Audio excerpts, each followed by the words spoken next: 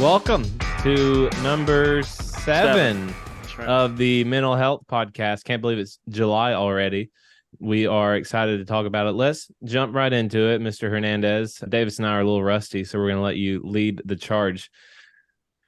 What is, besides what we've talked about thus far, which I can't remember all the way back to January, if y'all can think about it so far, we talked about ways to make the job sites better. We talked about the mental health, just kind of what the problem is in construction and why people don't really want to talk about it and just kind of the stigmatism it has, right? What is one main way that a construction company, let's say a medium, so a 50 to $100 million construction company, Here we go. could institute a change within the company to help their workers' mental health more? Oh, yeah. No, that's a beautiful question. So one thing that I took advantage of, and it was part of our benefit package. And this was when I was working for a mechanical contractor. Mental health was one of the, it was covered. But like when I looked through the list, it was like therapist or mental health disorder, right? Like it was big, scary language. And I had gotten to a point in my life that I'm like, man, I need some help. And we had like this online teledoc something or other, right? Like if you want to access resources, call this number. And so I called the number and I'm like, look, here's my situation. I'm dealing with this. I need to get my head right. I need to talk to somebody. I'm dealing with this stuff in my life. And they said, oh, okay, here's a few numbers in your area. So it was a resource. Maybe that's the best way to describe it. It was a resource center that I could call and talk to somebody, tell them what I was dealing with. And then they gave me other numbers in my local area to connect with. Yeah. And I ended up finding my therapist, who I'm still That's engaged awesome. with. Right. Like, yeah, totally awesome. And the key point there is it was like a low friction resource for me to like break through that barrier of, before I made that call, the way I looked at it was I need to shrink, right? Like there's like, I don't need help unless I'm having a nervous breakdown or right. It had to be extreme. But I was in a situation where it's like, I know I need something before, like, let me get ahead of it. And so being able to call that number, and turns out like that whole thing was a part of the benefits package. So to the question, Walker, I would say if that is a part of your package, making that more obvious, right? Like, and what I mean by that, a poster on the wall that says, call this number if you need help, to find resources for somebody, like simple language. If you're going through a hard time and would like resources to work through that, call this number. Yeah. I think, right? Because we all go through hard times and we could all use another ear to vent to, or, kick ideas around with. And that's different than if you're having a mental health crisis, right? Because that's what we think, right? We don't need the help until we're on the edge. But if we frame it in the sense of if you need somebody to talk to, if you're going through a hard time, call this number to access resource. I would bet that companies of that size, in their insurance package, that's probably an item in there, but the language is in their terms, is wrong, not in the people's terms. Yeah. You hit the nail on the head. You can't say, right, if you need help, because big bad construction workers, none of them need help, right? But sometimes they want people to talk to. Or maybe there's, if you have an issue, if you have this issue, or maybe you have anxiety, or you have this, or you have that, you maybe outline a few different things, and you want someone to work it through with you, or to talk about it with you, right? The wording is critical, because you don't want to push someone away by saying, well, if you need help, because they're just going to say, well, I don't need help. Right? Yeah, exactly. Yes. Like symptoms. Are you slamming down monsters every 3 minutes? Oh, I like it. Yeah. Right. And I don't mean to beat up on, but like, if you're like functioning on energy drinks, if your sleep Caffeine. is horrible, Mhm. if you're living on caffeine, if you're stressed and you're losing your temper, like, or for me, the thing that triggered me to like get help was all of a sudden I started forgetting things. And I Hmm. have a pretty damn good memory. Well, I have an excellent selective memory. You can ask all my exes, they'll tell you. But like, I don't forget a lot of things. Yeah. And all of a sudden, I was forgetting people's names. I was forgetting job numbers. I was Mm. forgetting task codes that I used to. And I was like, oh my, like, what is going on? And then sleep was bad, right? Of course, back then I was drinking and all that.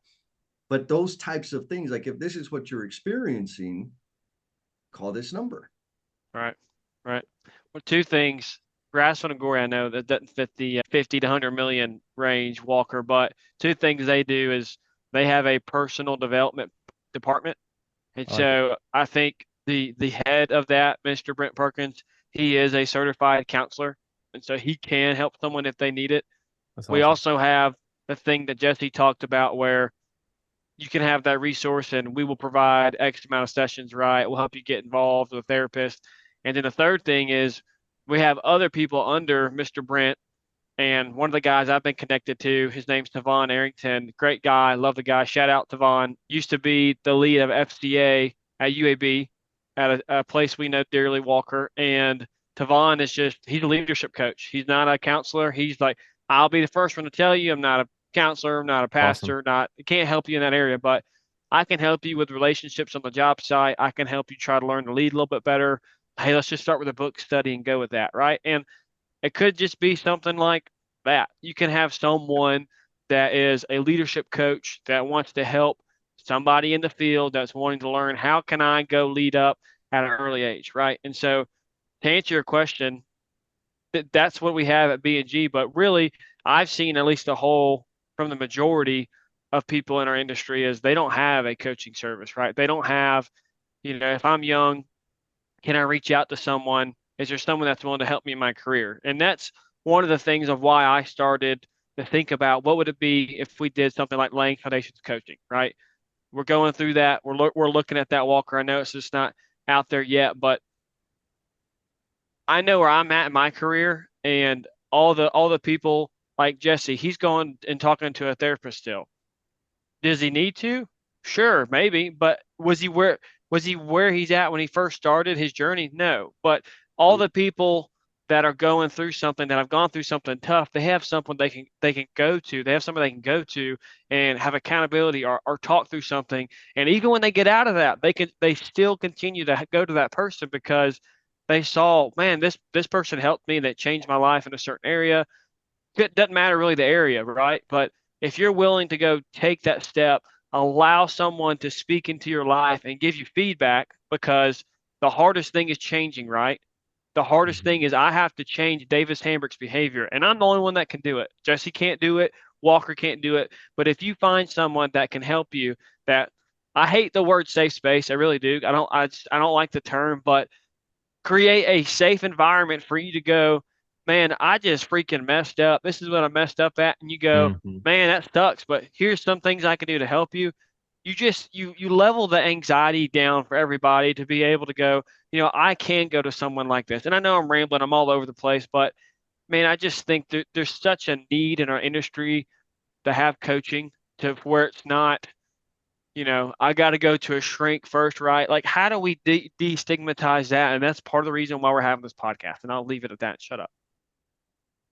I think, I mean, you hit the nail on the head and you're onto something too, right? And it needs to be, I kind of been going back and forth in my head on this, right? Because I think there's two ways to do it. You can have one coaching with someone that's internal to your company, or you can have a completely third party coaching that just is hired by your company, right? Because there's two ways that someone's going to approach that is one, they're going to be scared to say certain things to that person who's hired internally by the company because they don't want to be considered not a team and player, right? Whereas if it's a third party coaching who has no affiliation whatsoever besides they get a paycheck, there might be a more openness to talk to them about certain things that you might not wanted to cover inside of the company with an employee of that said company, right? That's So I right. think it kind of depends on what you're looking for as well. Are you looking for someone to actually coach you on your career, whether it be inside the company or outside the company, or are you looking for someone to talk to about certain things that you might be struggling with? Yeah. I think depending upon what you need, it's going to be a different type person. Yep. Yep. Yeah. I think kind of diving a little bit deeper too, the thing that I see, we have all been on job sites, right? That's why we're in construction. We see these tradesmen that can build anything with their hands. And most of the times when you go up to them, you get to see the plethora of tools that they have. It's amazing. It's amazing the amount of tools they have, the sense of pride. Some guys have a rolly, pack out with all the different sets. It's organized, hey, let me show you my pack out. Let me show you my tools, right? But when it comes to personal relationships, Yep. emotional IQ, the toolbox is a hammer. There's not a screwdriver. There's not Klein There's cutters. no toolbox. There's just one there's tool. there's not a sanding block. There's not a tool belt to be able to hold all those things. It's just a hammer, right? And so I say that because coaching, just like we have great tools in our craft, we have to learn to go get coaching that we can learn these interpersonal skills and just give you more tools in life to succeed, to have relationship with Jesse Hernandez and Walker Lot, right? If my aunt didn't pour into me in 2018, I still probably be a butthole. I still would probably piss everybody off and subcontractors would hate me. But because she decided to fix this knucklehead and help me, just love me, just be the person I needed, and just deaden the anxiety in my life and teach me how to problem solve. And okay, when there is anxiety, what do I do? Right? To teach you that's life changing. And I'm all for it. I know it's still a stigma in construction, and I love when someone just doesn't want to talk about feelings or emotions because I want to figure out a way to dig deeper. I just like, oh, okay, this guy right here, I'm going to figure him out by the end of the job. Like this guy's going to be the guy I work on. And so anyway, I just think there's such a stigma to it. But when we think about our craft again, let's try to develop the interpersonal skills and not just have a hammer. Let's try to build that tool belt out. Yeah. I think, the consistent thread I see him hearing through that is like in the coaching, having a coach, like an official coach within the company, having a coach outside of the company, having a therapist or some sort of resource to like work through your other stuff. Mm-hmm. The common thread is inviting somebody into your life, sharing your situation with somebody else. That's right. Like if we get down to the root of it, for me, my biggest problem was I thought I was chronically unique, and that only I was having this experience, only I was having these struggles. And because I was the only one having these struggles, I was defected. Yeah. There was something wrong with me. And so I just internalized it. And that's what eroded my mental state. And so at the simplest form is how do we let's figure out how to make sure people aren't suffering in silence, right? Like on the proactive perspective, we can go and check in on people. We know when people are having a bad day, they're buttholes, right? They're rude, they're dismissive. Those are all signals of somebody that is suffering. Yep. So why don't we give them a little extra attention, right? Don't give them a little more grace. Now, on the other end, around accessing like professional help for improving our mental wellness, people can be creative. I happen to know a guy who has made a connection with the local resource, local therapist, and they're hosting a free online workshop, mental health workshop. Organizations can do this all the time. Yeah. We just have to make it a thing, right? And so that guy happens to be me. And my thinking behind it is this. A lot of us are talking about mental health and mental wellness and therapists and all this sort of thing. But the therapist is almost more intimidating than that grouchy, mean ass superintendent. Yeah. They're so intimidating that we're not calling them. Yeah. And so in my head, if we put together this online workshop, that 250 people can access, they can be, what do we call them? The lurkers, right? Like, you're not going to be, nobody's going to see you. Mm-hmm. Nobody's going to know your name unless you decide to share your name. Be there, meet a therapist, go through some experience what that thing is like. I mean, it's a little different because it's engaged, and it's not like your typical therapy session, but it is a therapy session. And so in my head, if we create the safe space, right, and more precisely, a space where people can hide and not expose themselves, but experience a therapy session for the first time. Right? Like, in my head, if that's like a half measure to getting them to the point where they will access resources in the future, it demystifies, removes the fangs of needing a therapist because I'm broken. No, because they help. That's why. Yeah. Oh, go on. No, I mean, the analogy I can give, and some people might not get it, but for some people, when they accept Christ, it's full on submersion, right? They get it, it's gone. Some people, it changes a little bit. Okay, there's a little inkling, and it's a gradual process and a growth.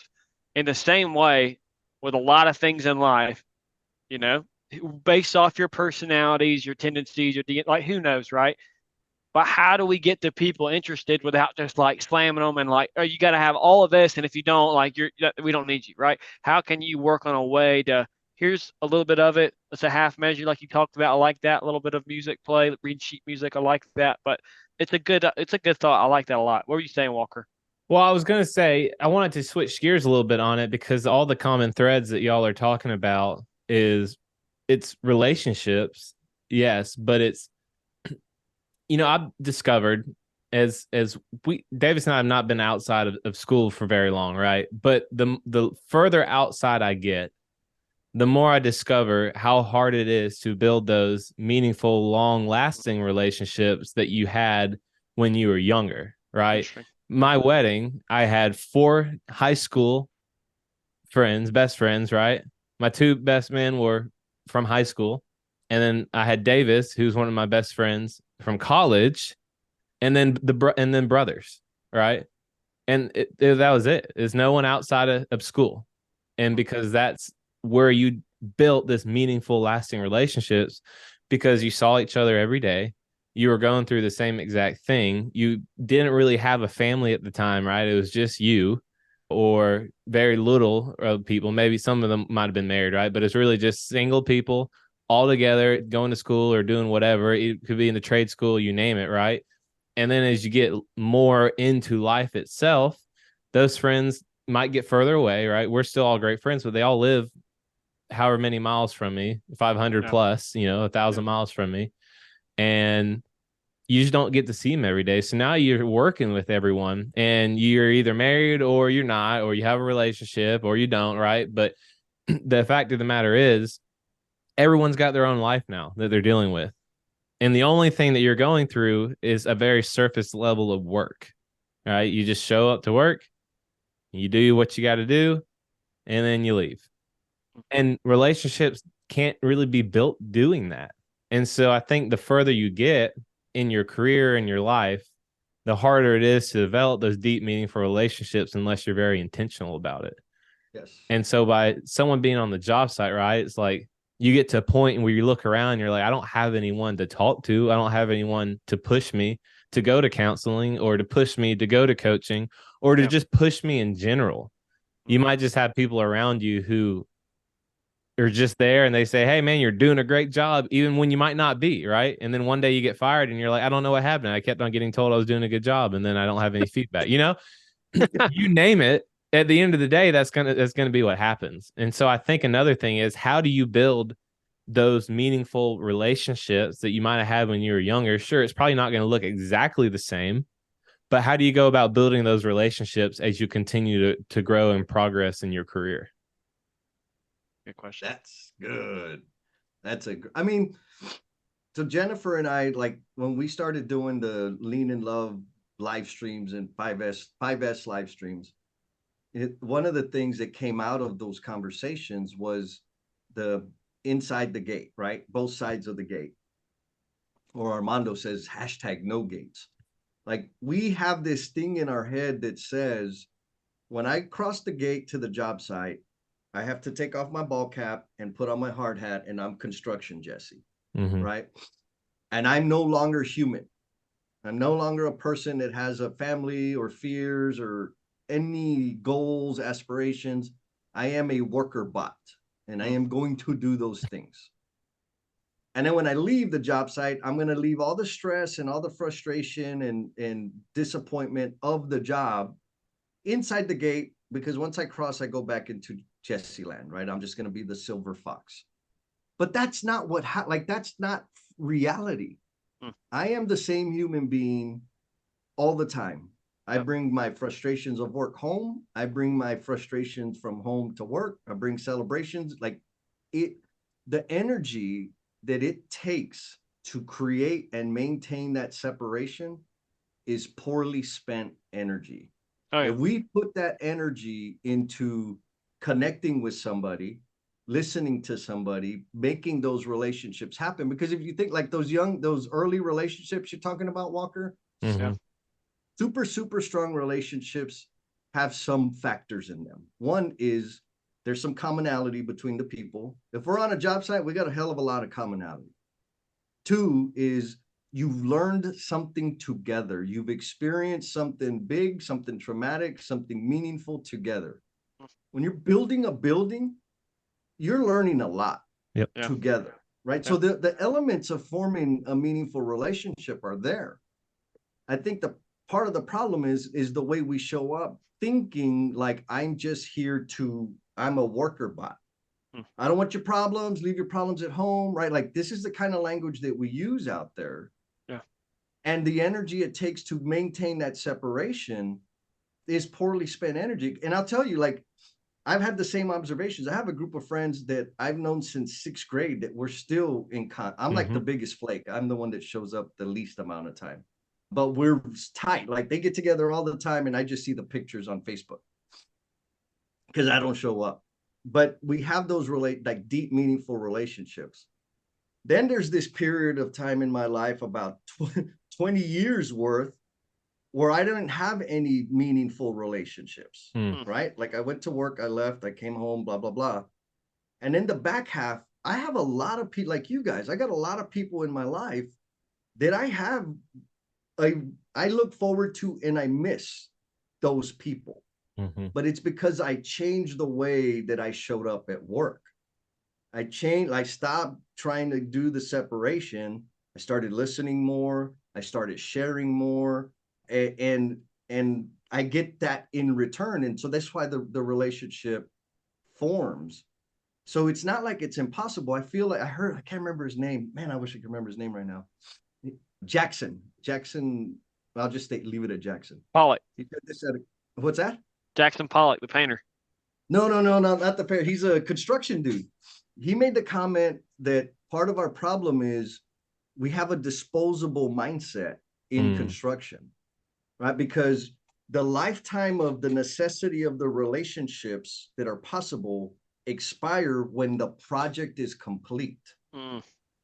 Even though we're going to be in this industry for 30, 40, 50 years. That's good. Because the project ends in 6 to 18 months, we treat the relationships as disposable. We treat the people as disposable. We place less value on them because there's the milestone and the TCO, or like those dates. That's all I need to do is get through this next time, get that certificate of occupancy, and piss on you. I'm on to the next one. And so we have this disposable mindset. So we just take it for granted. And guess what? We're going to see each other again. We're going to work on the same jobs. Y'all already know. You go to a job. Davis, I saw you posted the picture of your drone and I'm sure you said, oh, who's over there? Who's going to be the lead on that? And people told you about that person, right? And you're going to leave that tail of people are going to say, yeah, Davis is the guy that talks to the trades and flies his drone. And my point in that is we treat these relationships as disposable, but we leave a lasting mark. Everybody has a reputation. Everybody knows they're going to ask about you. I know when we used to pursue work when I was on the trade side, they would always ask me, like, Jess, we want to go aggressive at this job. What do you think? And I would say, well, let me look at the drawings. It's like, okay, who's the GC? And they would tell me, okay, who's the project manager and the superintendent? And based on that, I would say, yeah, we can make money with those guys. Or hell no, we're going to lose our, like, don't even go after that job. Them two clowns don't know how to run a damn job. But that's because I knew who they were, because I'd experienced them before. But I never put any time to making, understanding them or learning how to better serve them to make a relationship with them. I was just happy to judge them. Mm-hmm. Yeah. That's, man, I got a lot off of that. And I'm trying to learn how to just be silent for a little bit, and I'm having a hard time doing that. But, one of the things you mentioned was talking about, how we show up. And I don't know, because for me, I strive to be the same person to Jesse Hernandez, to Walker Lott, to my wife, to my mom, to Caleb Gadoff, my superintendent. It doesn't matter. I'm gonna be me. If you don't like me, you could tell me that. I'd rather you tell me that than me trying to, oh, I'm different than Jesse. And like, that's just who I am. Okay. So to me, my brain cannot calculate why people think that what Jesse's talking about, that we show up differently because we're at work, right? Like, to me, I don't get it, because I that's just what I've done. And so, Jesse, maybe we'll talk about this, but what was that from? Is that the old guard, the old adage of like, just leave all your stuff at home, leave all the feelings at home, and just show up to work? Yeah, I mean, I really can't say, I don't know where I got it, but it was exactly the way I used to think. Like, I don't want to Yeah. hear your garbage. Well, and I'll go a step further. I have a bunch of exes that would give me a hard time because I would bring work home. Yeah. I've had family members and friends that give me a hard time. Why are you always thinking about work? Because I'm obsessive. That's why. Like, that's me. Yeah. I obsess about things, and Yeah. especially my work. Hmm. So it wasn't just I think that's important. It wasn't just at work that the idea of leave your personal problems at home came from. Because I also experienced that at home. Leave your Right. work crap at work. And so I really think it's not just a construction thing. I think we as human beings believe, well, maybe I'll go a step further, because I know people that when they leave the job, whatever job they're doing, they don't think about it anymore. It's not a problem for them to leave at 3:30 and the sky is falling down. It's time to leave. I'll be Hmm. back tomorrow. Like, they can do that. I don't understand that, because there's nothing I can do, experience, and just leave it. Because Yeah. I will, it spins and spins in my head. And I don't think there's anything wrong with that, right? Like, if you have that ability to be able to, like, just leave and not worry about it, not think about it, that's actually a good thing, because I wish I had that sometimes. But the expectation that we all treat work and personal life the same is where the problem is. That's And right. again, I want to stress, like, yes, I heard it at the job site, but I heard it at home too, right? Yeah. And I think some people try to romanticize it by saying, like, you either, you have to be obsessive to be successful, right? Or you have to be able to separate so you can have work-life balance. Those are extreme measures, and I think people can function in those spaces. I Right. honestly believe that there's a time for all of it, Yeah. right? Like, this past month, I've been chilling. I had a few client engagements that I got to do because it was awesome. But I've had, like, I mean, that's like 5 days out of the whole month. And so I took time off. But you know what? In May and June, it was go time. And Yeah. I was working. You're I busy. was making stuff happen. And so I think that's important to know. Like, these are extremes. And if you can function of those, that doesn't mean you're wrong or defected. It just means that's where you're at. Right. But me expecting Walker and Davis to live the lifestyle I live and to think and function the way I think and function, that is not reasonable for me to project and expect you to do and think the way I do. I think that's where the problem comes from, right? And then we have these weird expectations that just compound the frustration and the anxiety and all the other stuff. So I'm gonna, for us construction people, maybe we have some people that understand what I'm talking about. All right, when you have power coming from the transformer to the elevator, you have this thing called a disconnect, right?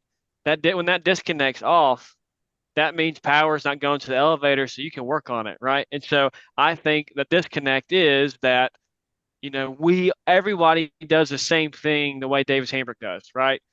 Or everybody thinks the way Jesse Hernandez does. And I think that's some of the biggest problems on the job site today is figuring out, man, who are these trade partners forming?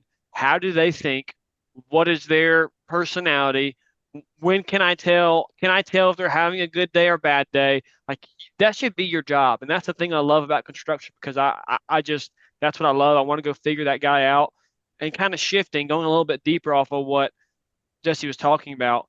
You talked about the part of how do we show up and we're expected to kind of just leave it behind. And, I don't have feelings. And so I told Walker before we got on the call today, Jesse, that I spent some time in the weeds. I was doing paint punch lists and blue tape in the walls and all that stuff. So I was listening to a bunch of podcasts going deep. And one of the guys I love, his name's John Deloney. He used to be a counselor, is just a coach now, has a radio show for the Ramsey personalities. But he talked about this caller that called him and was mentioning, my husband always says, he doesn't have feelings. And John said, hold up. He's like, let me say something if I can. It's not he doesn't have feelings. It's he has a very complex mechanism that he's learned how to cope and put those feelings away. That does not mean he doesn't have feelings. And so he talked about this term, and we're going deeper here, where they talked about this is called long-term suicide. And he's like, basically the fact that there's some people that just eat their way into obesity, and it's not called suicide, but they end up dying because they have a heart attack or their blood sugar and they're 600 pounds. There's some people that the liver goes out and they have cirrhosis because they drink too much, but that's not called suicide, right? And so he's given all these examples because it's not they actually committed suicide, but something deep down in their core was not connecting. And one of the things he talked about was he challenged that, that lady, who are y'all's big, deep relationships? And I was like, this is what we're talking about, right? And so she was like, man, we don't have a lot of friends. And he just starts to unravel more. He's like, there was a time in my life where I was 39, wasn't doing too well with my wife, was super, super into work, was having kids or hadn't had a kid yet, stressed out, just bought a new house I couldn't afford. And he was mentioning all these things. And there was a time in my life where I said, I am going to intentionally be the person I want from other people to be to me. And he goes, let's just see how that goes. And so he was like, man, I went to work and I asked people, hey, you want to come over and eat with my wife and I? Hey, you want to go out to eat? Hey, you want to go get coffee? Hey, he's like, I got so intentional about relationships, and all this complaining about my life and how stuff wasn't going well just kind of evaporated, right? Because Jesse, you said stuff to me before that changed my life. It's humility is not thinking of myself as less than, it's being able to think of myself less, right? And for the longest time, I thought humility was like, man, you ain't nothing. You're not it. Like you're never going to be there, right? And it's not. I mean, that's really destructive talk, right? So saying all these things, going to the job site level, we have a bunch of men, and I say men because it's the majority of our industry, that act like they don't have feelings.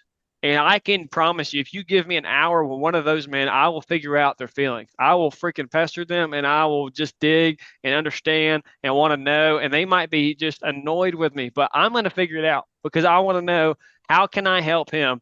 Not in a way where I'm just like, all right, here's a resource, you need to go do this. But the next time I talk to him, I'm going to go ask him about this person. I'm going to go tell him, this deep conversation we had, and I want to continue to just do life with them. And we talk about this and now connecting it to the disposable mindset.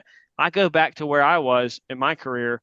I remember being an intern again. I was a butthole. I just thought I was right, and I didn't know anything about construction. And I had a disposable mindset, and I just ran over people, right? And it's the reason I don't do that stuff now because I realized, man, I was going through my own hurt. And the people that are doing that, they're obviously masking for something else. And I'm gonna leave it here and shut up again. You guys go for it. Walker, talk to us a little bit. Fire, Walker. Come on.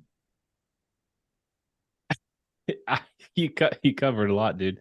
I think that, you know, you were saying it really well. There's no 10-step plan to figuring someone out. There's no 10-step plan to getting better. There's no like you walk up to a guy on the job site saying, hey man, you're right. If you just, it seems like you're struggling. If you just do this, this, this, and this, then you're going to be all better, right? You have to know the person. And you were saying it earlier. Davis just messaged me. If you can't tell, my brain is ADHD on steroids. No, it's not. You just got a lot of good ideas. Maybe a little bit of ADHD. Yeah. No, it's nothing's true. I've only been married for a week, right? But me and Caroline and I have been together for like 5 years. And there's nothing you talked about it earlier of saying everyone thinks that people think the way that they do or that they process the way that they do. Nothing is more of a lie, especially if you've been in a relationship before. Because I do things that Caroline's like, why did you do that? Or why did you do it that way? And I'm like, what do you mean? This is the right way to do it, right? Right. This is what you do. And to her, she's like, no, it's not. That's stupid. Like, that's not the right way to do it. She says it a lot more elegant than that, but that's basically the way it is, you know? Right. And to me, I'm like, well, that just, it makes sense. It makes sense in my mind. And to her, it doesn't make any sense at all. And it's the same way with people on the job site. You have, our company makes us do, you know, the yellow, the green, the red, and the blue personalities. And each one means something different, right? Blue is like you're more of a thinker. Red is you're more power, you know, leader type, whatever. Yellow is you are more, what is yellow? I'm a yellow. I can't remember what it is. And then green and yellow means something, red and blue means something, right? And so everyone has a different type of personality. Everyone processes differently. They think differently. They look at things differently. And you have to know how each person does that. And so finding a method like a color or whatever to signify to someone, oh, they kind of think more like this. That means I have to approach them in this manner. They like to think deeply about things. So I need to ask them deeper questions that make them think more, right? Davis is a deep thinker. And so the great way to talk to Davis is to ask him really probing questions that makes him think hard. And then you can keep on going at it. And then by the time you've talked a little bit, you two are having a fantastic conversation that's super deep because that's the way that Davis's brain works. I love you, dude, but I know that's the way it works, right? And so you have to figure out how someone on the job site does that in order to keep on pushing it. Davis is incredible at doing that. He's able to spot the way different people on a job site work and orient and think, and he can just start asking them certain questions that get them to where they're supposed to go. He's really good. He's a master at it. And so you have to be able to do that on the job site in order to get and help someone to get to the next step. And it might not take 18 months. It might take 3 or 4 years, right? And that's what continuing the relationship is. A guy on my job site, he was one of the subs. He was a mechanical process sub. We call each other every month or 2 months or something like that, right? Every now and then we'll just give each other a ring. Hey man, what's going on? We'll talk for 5 to 10 minutes and see how everyone's doing. We have a little group chat between a lot of people. He was my prayer buddy while we were on site, which was awesome. But you know, we'll just send each other texts and stuff and encouraging texts and everything. Are we the best of friends in the whole wide world? No, but are we good friends? And does it help throughout the day or throughout the month to have someone to talk to? Yeah, it's awesome, right? Yeah. And so find someone on your job site like that you can just stay in touch with. It doesn't even have to be every 2 months. It could be every like 6 months or every 3 months, but someone that you can like, hey man, what's going on? And over time, you just start to develop these relationships. Yeah. So, I like that you said 2 months, 3 months, 6 months, because my need for regular contact is not the same as other people's need. Yeah. And I have a friend of mine, Michelle, who actually timed it and she showed me, and it was really important because she could have interpreted the frequency of me reaching out to her as I didn't care and I didn't want to talk to her, right? She could have assumed that she was just bothering me, but she tested it and she's like, Jess, you realize that it's somewhere between 4 and 6 weeks. If I don't call you, you'll call me. And I'm like, no. She's like, do you plan it that way? I'm like, no. I was like, I just called you because, and she's like, yeah, look. And she showed me on the calendar, like, look, this is the last time you called me. I was like, why do you have, she's like, I wanted to figure it out. Like, if this is Awesome. just you or is it me? Or I was like, oh, wow. And that's the way I am with like most of my relationships.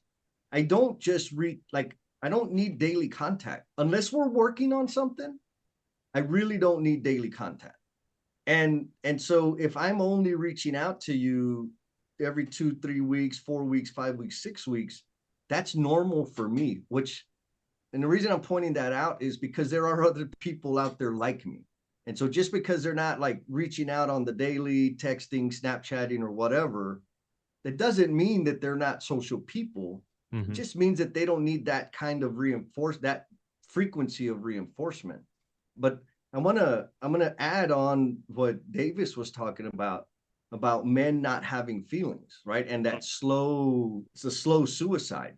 Like when you said that, I knew exactly, because when I was drinking, that's what I was doing. Yeah. I was so upset and disappointed and angry with the world that I was gonna punish them by drinking myself to death. The long, right. Slow, right? Like, I'll show you, let me hurt myself. Doesn't make any sense, but that's what was happening. And at that time, I really, really honestly believed that I didn't have feelings. Because I got to a point where I wouldn't get angry. I wouldn't get excited. I wouldn't get sad. Everything was very logical and very bland. And it was just going through the motions. Here's the situation again. I've dealt with this before. Very numbed and gray life. Because, like you said, like the podcast you were listening to, Davis, I had this super meticulous, highly evolved coping mechanism that I used or devised so that I didn't feel emotional pain, so that I didn't feel rejection, so that I didn't feel disappointment. I had all these things in place and had been doing it for so many years that I really believed I didn't know, like I didn't have feelings like everybody else. Everybody else is just a bunch of whiny boys, right? Everybody was just a bunch of crybabies. And that started, and it's not just started, but it's reinforced. Like guys don't come. You know how many times I've had women tell me, like, wow, you're different now. Like why? Well, because you share what you're thinking, you're super vulnerable, you blah, blah, blah. And I'm like, but they don't say it like in an appreciative way. Sometimes it's like I'm an oddity to them. And I remember growing up that when there were times that I showed weakness, and when I say weakness, I'll be more precise. When I showed that I needed somebody, people judged me. Their response and reaction to me was judgment. Like, what's wrong with you? Why do you need this? Like, guys don't deal with this. This is kind of weird. And so my point in all of that is, I think it's easy to assume that most of the maladjusted behavior comes from the conditions of the industry. I would just say it's multiplied. It's denser. Those poor conditions are more dense in the construction industry, but they're also reinforced outside, even in our upbringing, right? Big boys don't cry, right? Big boy, like all of that shit is what contributes to this machismo, tough, let me suffer, let me punish myself, let me not get help until it's a crisis.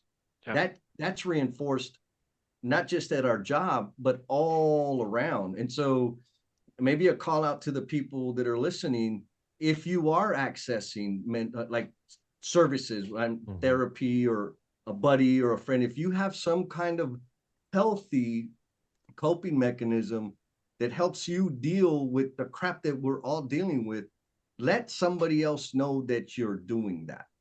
Because there is power, like hiding the fact that you're accessing resources reinforces other people to hide it or never access it.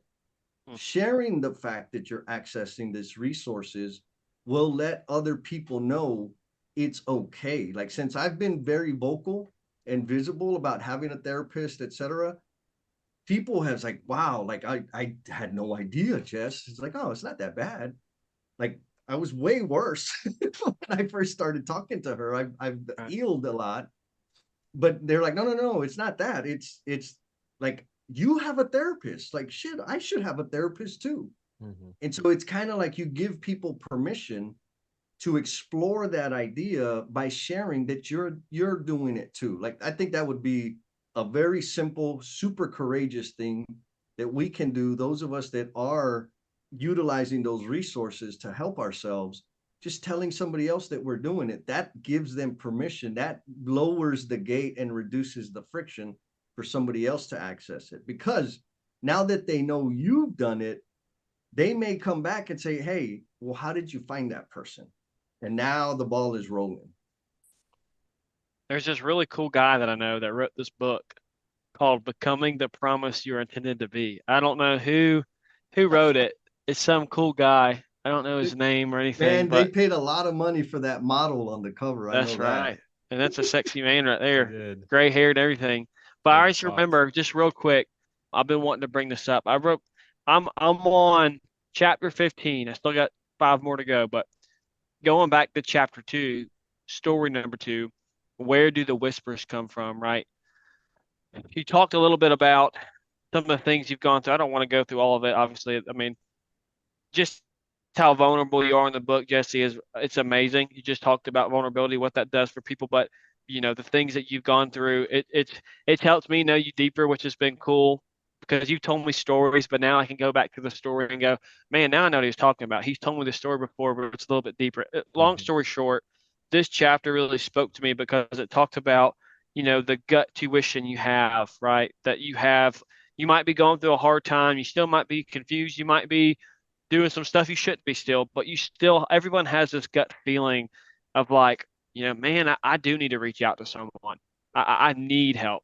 I can sense it, but we're afraid to take that next step. And so what Jesse was just talking about, man, it ties great to this chapter because if you aren't the person that's vulnerable and sharing, will there be anybody on the job site? Because, we always talk about this, what you need to do to affect change, is how you need to do this and this and this and that. But when it boils down to it, a leader is someone that does it first, right? I am not going to ask someone else to do it if I don't do it. So I can't say there needs to be vulnerability on the job site, and I'm not willing to just get a little deep with somebody, right? And so that being said, I want to challenge us. I know we're kind of winding down the last few minutes, but be the person that the first day you meet somebody, you say, hey, offer to help them with anything. If you're a GC like we are, give them your phone number, right? Just make sure they're set up well. The next day you see them, maybe go ask them about, hey, do you have any family? Where are you from? Like, you just grow that relationship organically until you get to the point where it's, a little bit about them, a little bit about where they're from, their family. You can talk, who their wife's name is, right? But then go talk to them about, hey, like, what are some things you've learned in the construction industry? Have you had any hard times? I'm sure you have. You've been on the road a lot. Like, tell me a little bit more, right? And you don't just have to have a therapy session with people. Like, people think that, man, if I go deep, you got to tell me your whole life story. No, I mean, we got enough time on the job site, right? Like, my superintendent, man, at the beginning, we just started talking about some stuff, and over time, when nobody's there, we still have these really deep and meaningful talks. And sure, do we not get to have those every day that I would love to have? No. But those times that we do, I grow closer to him because he's willing to be vulnerable. And guess what? We're a lot alike. We've been through a lot of stuff. We both went through some stuff about our dads. We both went through some stuff growing up and not having a lot. We both went through some stuff that we paid through our college. Like, we both went through some stuff that we had to learn how to pay off student loans. And so, like, there's some things that, because I was willing to be vulnerable, because Caleb was willing to be vulnerable, and I don't know if he wants me to say that because he's a hard guy, like, he's tough. Like, because of that, we've grown, we've done well, and we're continuing to push the job site along. And so, again, that's just an example in my own life, but a lot of it goes back to just having the humility, man, to just, I don't think of myself as less than, but I'm willing to think of myself less, and I'm willing to know the person across from me, and I want to figure out, how can I help them? How can I serve them? Because if you do that, that's when the job site really starts to change. You learn that the trust is there. Man, you can start to do all these different things. My brain's just rattling, right? It can just go on and on, but just be humble, be vulnerable, be yourself. And I know that's hard to do all at once, but be willing to do that. And if someone makes fun of you, laugh at yourself, man. Because at the end of the day, like if they're making fun of you, they really do love you. Yeah. Yes. Mic drop. That was awesome. I think we covered a lot of great things on this, and I hope that it helps someone at least realize that, you're not the only one out there. We've all got the same don't want to talk about it attitude, but it takes someone jumping out there. And I really like what you were talking about early, Davis. Like, I want to be the friend, right, that I want to have. I want to be the person that Andy Stanley says, especially for it's in terms of dating, but it works for anything. He goes, I want to be the person that the person I'm looking for is looking for, right? And so if you can become that person, then eventually you're going to align. Your interests are going to align because y'all are the same, right? You have the same values. Before we leave, sorry. Yeah. Before we leave, I'm going to challenge us three next time. Be willing to have a vulnerable story the next time we come on here. So just be thinking about that. If I don't, good. I'll have to tell you to remind you, Walker, and myself, but be willing to go vulnerable. We've been talking about it. Let's all share something. You got it. Walker's face is like, oh no. Let's do it. I'm down. Yeah. All right, guys. Until August. Sign off. August. Peace.